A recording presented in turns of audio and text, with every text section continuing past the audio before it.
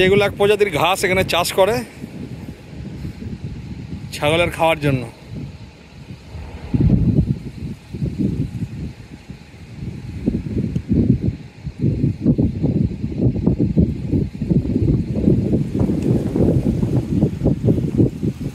যে খেজুর ভর্তি গাছে,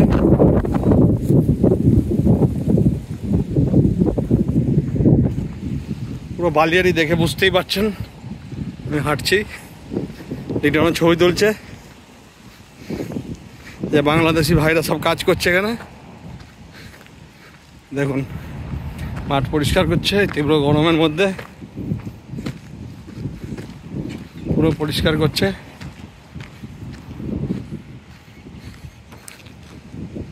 আমরা একটু রেস্ট নিতে দাঁড়াচ্ছি এখানে ছাওয়ায়। मोहद्दीन भाई बोल रहे क्या